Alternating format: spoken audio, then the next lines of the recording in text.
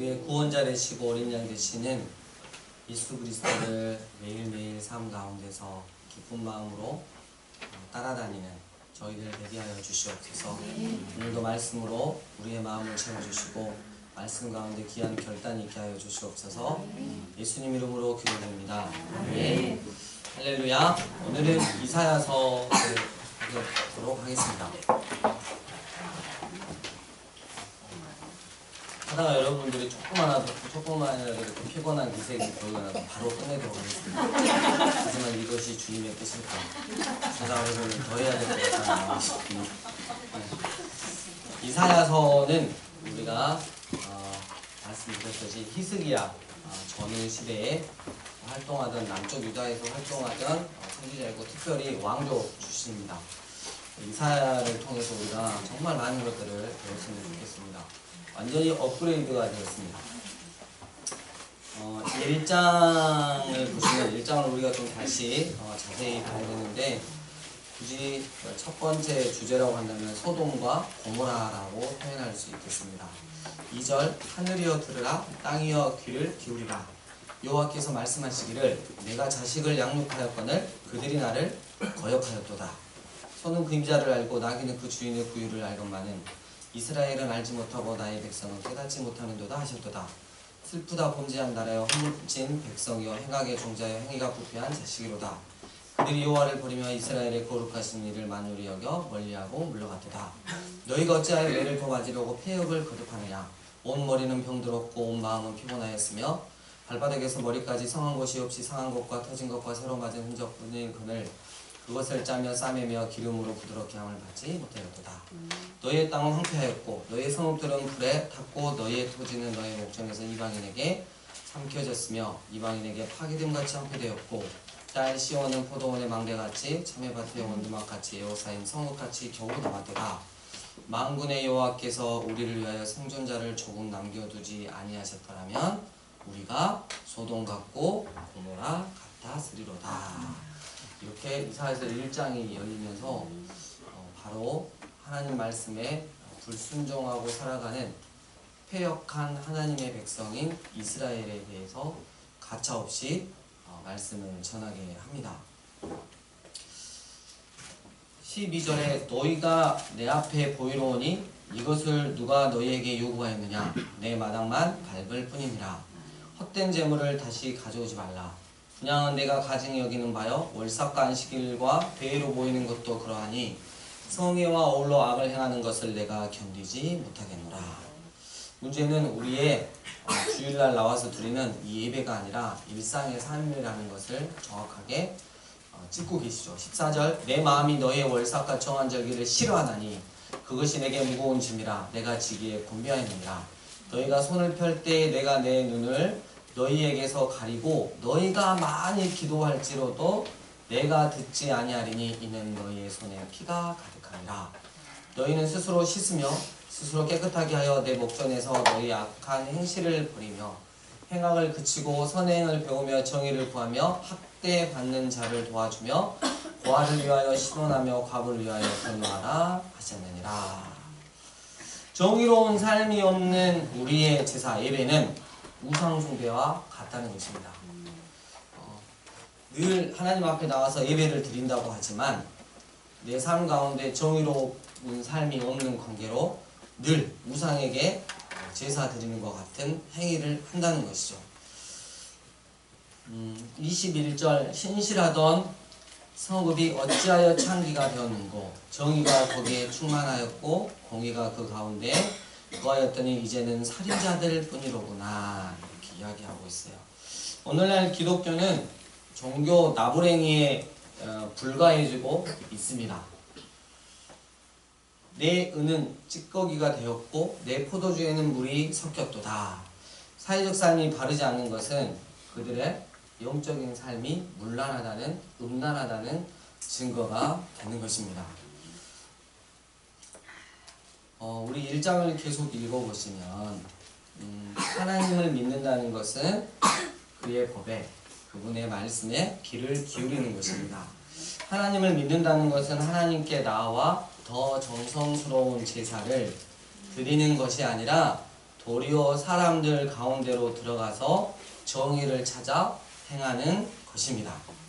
그럴 때 하나님과의 관계가 올바라지며 하나님의 구속하심을 경험할 수 있습니다. 사실 최후의 재판에서도 믿음은 오직 준비한 기름, 남겨진 달란트 이걸로 입증이 되고, 기름과 달란트는 지극히 작은 자 하나가 헐벗고 병들고 옥에 갇히고 나그네 되었을 때 그에게 어떻게 대하는가를 의미하는 것입니다. 믿음으로 말미암아 구원받는다, 이 말의 참된 의미는 하나님의 은혜를 굳게 믿고 이전에 살던 삶을 청산하고 정의와 공의를 행하는 삶으로 한 걸음 나아갈 때 하나님이 그러한 우리들을 의의 성읍이라 부르신다는 뜻입니다. 십자가의 그리스도에 대한 몇 마디 신앙 고백 혹은 구원의 확신 같은 것을 두고 결코 우리는 오직 믿음이라고 말하면 안 될 것입니다. 이사야 1장이 너무 무겁게 지금 진행이 되죠. 혼나는 것 같지 않아요? 저도 여러분 혼내듯이 저를 혼내듯이 한 것 같은데, 우리 점심 때 청년 유진 청년 N 집사님이 근무하는 가게에서 일이 이렇게 급히 일이 나가지고 이쪽 저쪽 연락해서 안 돼서 마지막으로 미안하지만 유진 언니한테 사장님 연락해서 급히 와줄 수 있느냐라고 했을 때 제가 그 말을 했어요. 너무 힘들고 갑자기 상황이 어렵게 돼서 거기 가서 도와드리고 그곳에서 네가 삶으로 예배를 드리면 될 것 같다. 이렇게 하고 급히 이렇게 보냈는데요. 우리가 너무 율법에 너무 치우치거나 또 그것을 지키기 위해서 하나님의 은혜와 공의를 하나님 원하시는 삶을 또 흘러보내지 않는다면 그건 또 우리가 문제가 크게 되겠죠. 하지만 이런 거를 계기로 이제 끄떡하면 이용을 해먹는 이런 거는 또 이렇게 하면 안 되는 거죠. 늘 하나님의 예배를 사모하고 그 가운데서 우리가 하나님께서 주신 지혜대로 살아야 할 것입니다. 일단 2장은 조금 이따가 하고요. 5장으로 넘어가겠습니다. 이사야의 두 번째 주제라고 할 수 있습니다. 일명 포도원의 노래죠. 1절, 2절 함께 읽을까요? 시작! 나는 내가 사랑하는 자를 위하여 노래하되 내가 사랑하는 자의 포도원을 노래하리라. 내가 사랑하는 자에게 포도원이 있으며 심히 기름진 산에로다. 땅을 파서 돌을 제하고 극상품 포도나무를 심었도다. 그 중에 망대를 세우고 또 그 안에 술틀을 가두다. 좋은 포도매기를 갈았다니 들포도를 맺었도다. 이렇게 하나님의 기대가 극상품 포도나무를 심고 하나님의 기대가 얼마나 크겠습니까?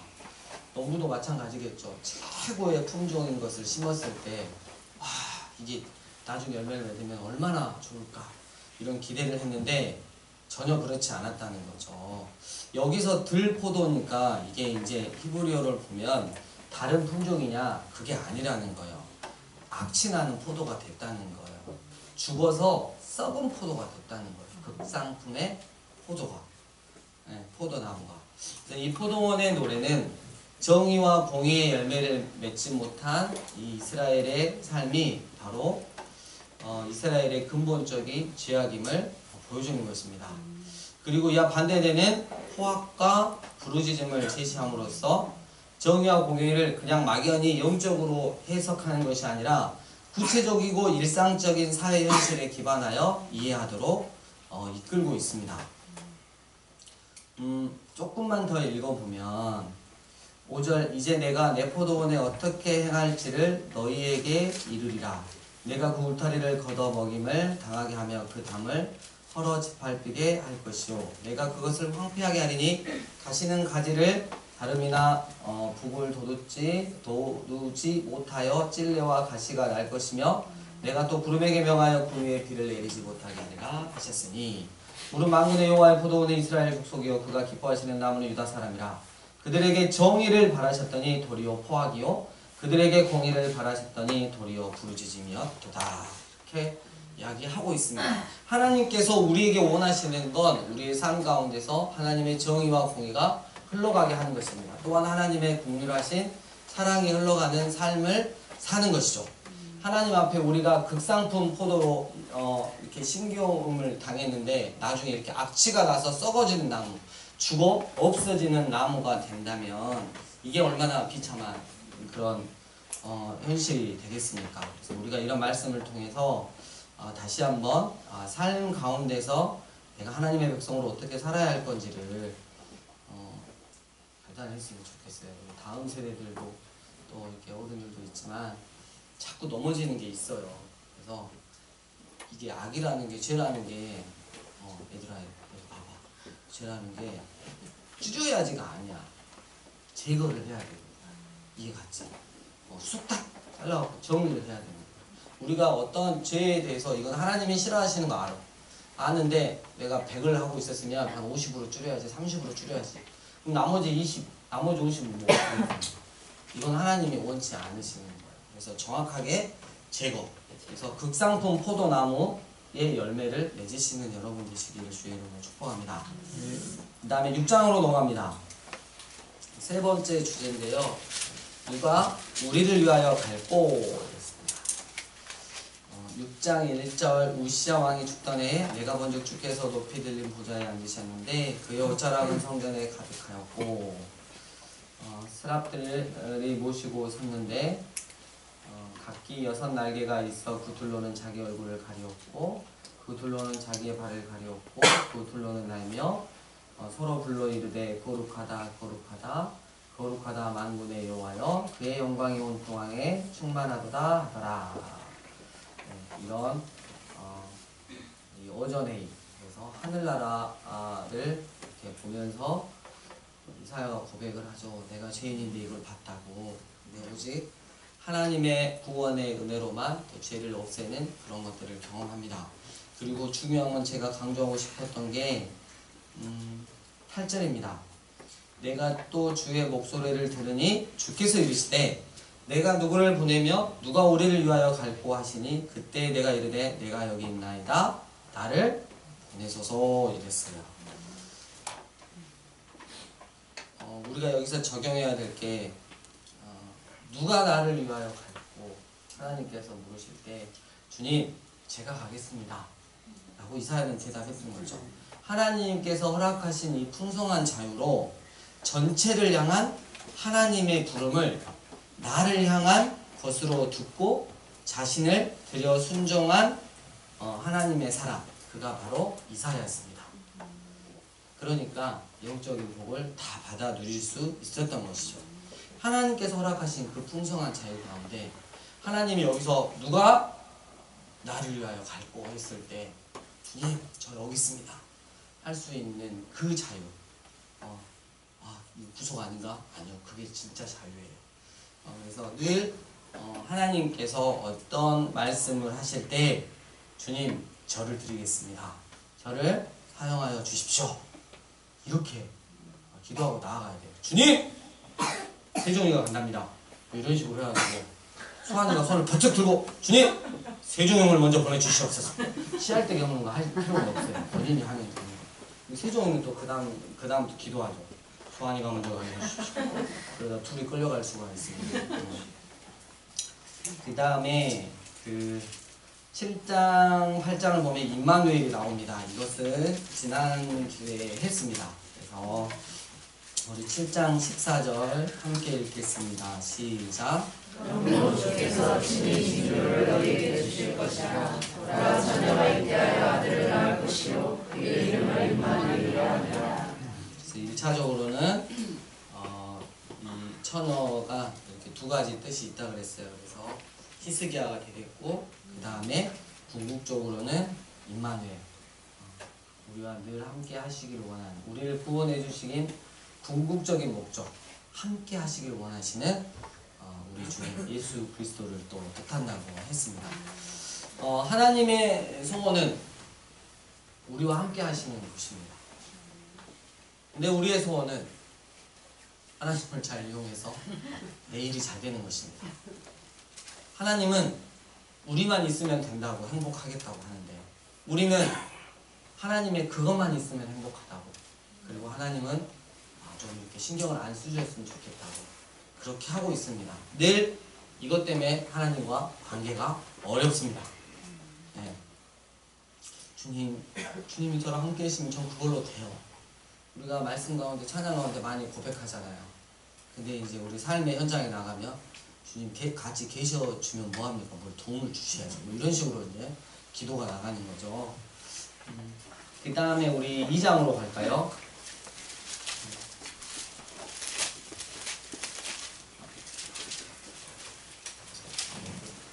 굉장히 분위기가 어둡습니다. 하지만 한 분도 조시지 않는 관계로 계속해서 대단하십니다. 2장하고 9장하고 11장은 평화의 왕국에 대해서 말합니다. 우리 2절, 3절 함께 읽겠습니다. 시작. 만일에 여호와의 전에 사는 모든 꼭대기에 굳게 설 것이요 모든 작은 산 위에 뛰어다니니 방망이 그리로 오를 것이다. 많은 백성이 가며 이르기를 오라 우리가 여호와의 산에 오며 야곱의 하나님의 전에 이르자 그가 그의 길을 우리에게 가르치실 것이라. 우리가 그 조언을 따르리니 이는 율법이 시온에서부터 나올 것이요 여호와의 말씀이 예루살렘에서부터 나올 것입니다. 이 평화의 왕국에 대해서 하나님이 회복시키는 그 평화의 왕국에 대해서 나오는데 특별히 2절의 말을 여기에다가 좀 주목을 보면 임박한 미래에 대한 기대야말로 신앙의 본질이죠.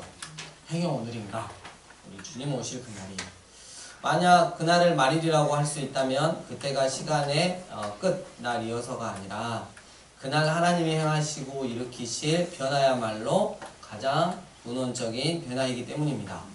하나님을 거역하는 현재와 그날은 분명 거리가 있지만 하나님이 새롭게 하실 그날은 현재와 연결되어 있는 시대인 것입니다. 우리가 조심해야 될 게 만일 혹은 말세라는 단어는 구약의 사건들을 그냥 종말의 시대로 멀리 보내버린다는 거예요. 지금 이스라엘에게 이사야 선지자가 이 말일이라고 선포하는 건 하나님 앞에 징계를 받고 나서 회복될 그 시점을 가리키는 거잖아요. 그때 주님이 다시 오시 그걸 바라보는 게 아니에요. 그래서 우리가 두 가지를 같이 잡고 있어야 돼요. 주님 다시 오실 그날을 바라면서 오늘 하루 내 삶이 말씀으로 변화되고 하나님이 기뻐하신 그 삶의 현장이 바로 또 그날이 말일이 된다는 거 우리가 그렇게 기억하면 될 것 같고요. 그 회복되는 그날에 11절 여호와께서 홀로 높임을 받으시리라. 17절 여호와께서 홀로 높임을 받으실 것이라. 교만한 자는 끝날 것이다. 그러면서 22절에 충고를 하랍니다. 너희는 인생을 의지하지 말라. 자신을 의지하지 말라는 거죠. 그의 혹은 코에 있나니 새말가치가 어디 있느냐. 그렇죠. 우리가 이렇게 연약한 먼지와 같은 존재라는 거 잘 기억하시고 9장으로 넘어갑니다. 평화의 왕.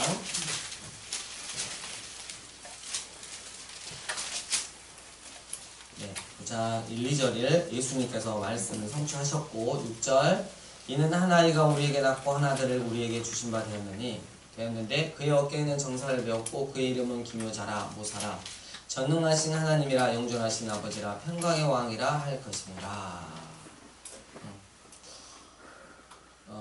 그 정사와 평강의 더함이 무궁하며 또 다윗의 왕자와 그의 나라에 군림하며 그 나라를 굳게 세우고 지금 이후로 영원히 정의와 공의로 그것을 보존하실 것이라. 만군의 여호와의 열심히 이를 이루시리라. 그래서 우리에게 징계만 있고 그 다음 희망이 없었다면 굉장히 비참하겠지만 늘 하나님께서는 우리를 당신의 절대적인 주권과 은혜 가운데 거부할 수 없는 은혜 가운데 우리를 다시 한번 죄악 가운데서 돌이키게 하시고 회복하게 하셔서 결국은 하나님과 영원한 나라를 소망하면서 오늘 이 땅을 하나님과 함께 동행할 수 있다는 거 너무나 큰 복인 것 같습니다. 할렐루야. 네, 11장도 마찬가지로 평화의 나라에 대해서 메시지가 계속 나옵니다. 읽어보시면 되겠습니다. 13장부터 23장은 열방을 향한 선포입니다. 그 당시 막강에 있던 13장 1절 어디죠? 바벨론에 대해서 이렇게 나오고요.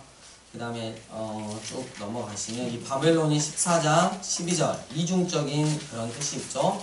12, 13, 14절 함께 읽겠습니다. 시작. 너희 아침의 아들 계승성이여 어찌 그리 하늘에서 떨어졌으며 너희를 복을 엎은 자여 어찌 그리 땅에 지켰고 내가 내 마음에 이르기를 내가 하늘에 올라 하나님의 무별 위에 내 자리를 높이리라.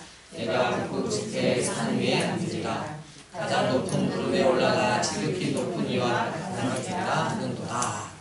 그럼 이게 이제 이 교만했던 이 바벨론에 대한 게 1차적이고 2차적으로는 신학자들이 다 같이 보는 것처럼 사탄에 대해서 이야기를 하고 있는데요.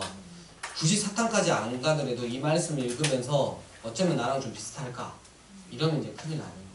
네, 그래서 기억해 놓으시고 나중에 보시면 되겠습니다. 24절 만군의 여호와께서 맹세하여 이르시되 내가 생각한 것이 반드시 되며 내가 경영한 것을 반드시 이루리라. 하나님은 작정하시고 이렇게 일을 실행하시면 반드시 당신의 뜻 가운데서 이루어내신다는 것을 우리는 알아야 될 것입니다. 그게 어떤 강대국이라도 하나님 앞에서는 먼지와 같고 아무것도 아닌 거라는 것. 큰 통에 물 한 방울도 안 되는 존재라는 것이죠. 25절 그 다음에 어디죠? 예, 아수르입니다. 26, 27절 함께 읽을까요? 이것이 시작. 이것이 온 세계를 향하여 정한 경영이며 이것이 열방을 향하여 편손이라 하셨나니 만군의 여호와께서 경영하셨은즉 누가 능히 그것을 패하며 그의 손에 펴셨은즉 누가 능히 그것을 누리리라. 네.